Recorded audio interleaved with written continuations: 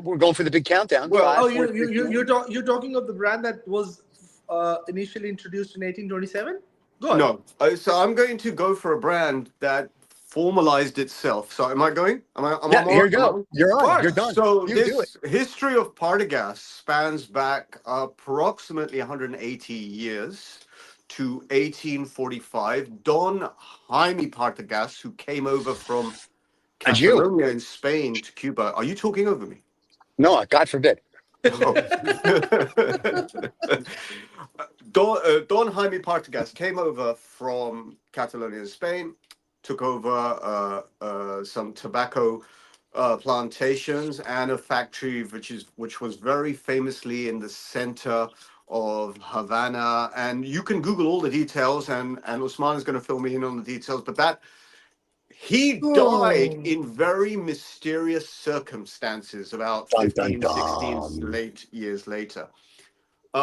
Some people say there was a lover's tryst. Some people say that it was to do with underselling, selling cigars under someone else's nose and undercutting the market. There's a Netflix series, I imagine, or even a mini movie that could be dedicated to this kind of lost mystique of Jaime Partagas. But what happened is his son took over, then his son sold this to some Spanish bankers. So this, and they then in turn sold it again. So it was sold and traded. This Partagas named factory was sold and traded many times.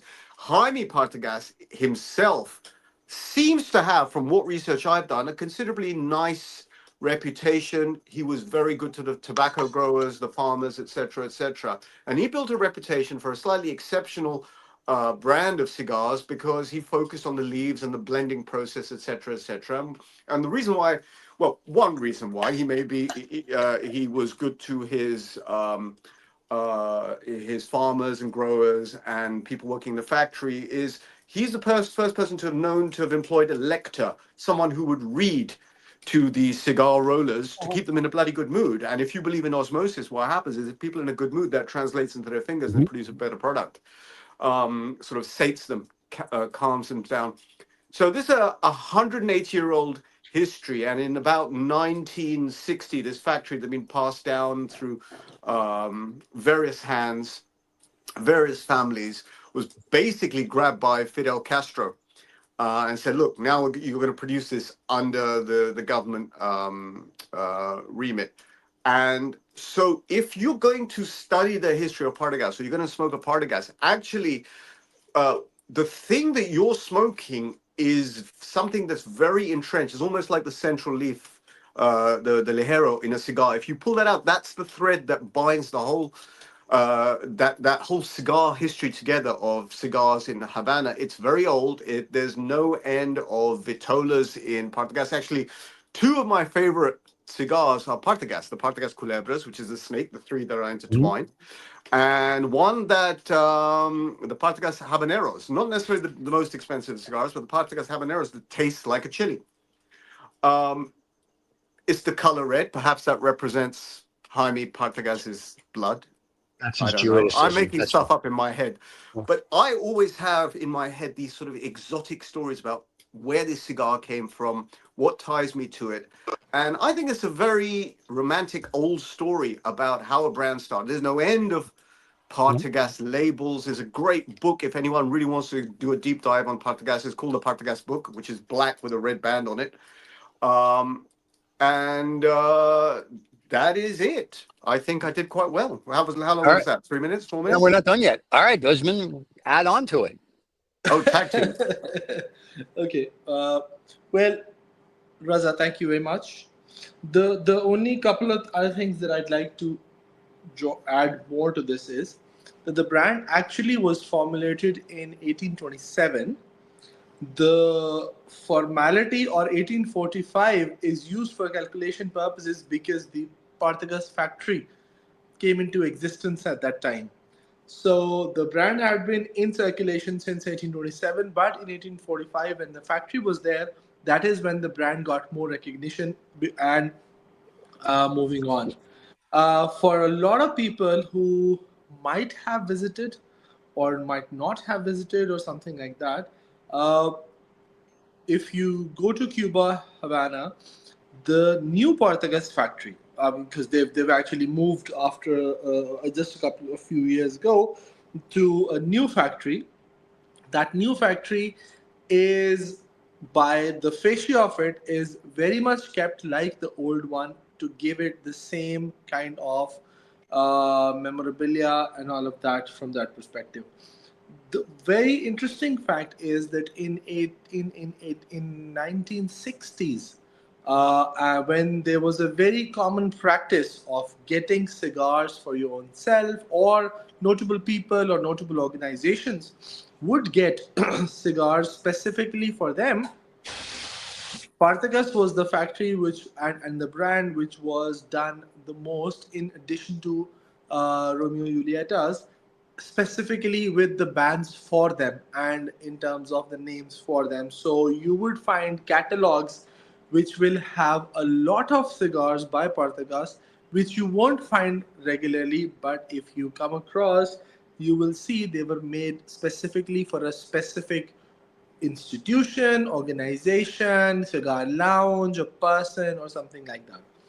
Which is exactly why, if you look into the Vitollaria of Partagas, there are more than 100 of Vitollas which are discontinued, and this is considered to be one of the biggest collection of cigars that have been into production and out of production.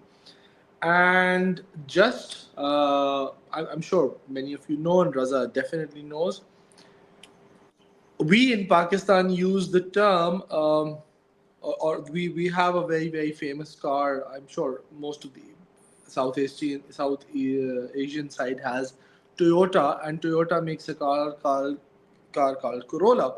So we have a term here in Pakistan, the Corolla of things, which is like, this is the most sold, most reliable of those things. In that context, the Corolla of Habanos, or the Corolla of cigars, for the last few years has been the Partagas D4, which is the most sold cigar in the last 3-4 years, which surpassed the Monte Cristo number 2, and now is the favored most and most smoked Habanos within the world. There you go. There you go, kids. Now you have the history of Partagas from A and B. And Jaime Partagas was a Jew. Who knew? Ah, Now All right, you let's can get get the the reason box I'm of putting this up. The reason I'm putting this up is Usman referred to the new factory, and there's the yep, address. yep. there you go. For people on the podcast, he's And showing the us a other box. thing is, Yeah.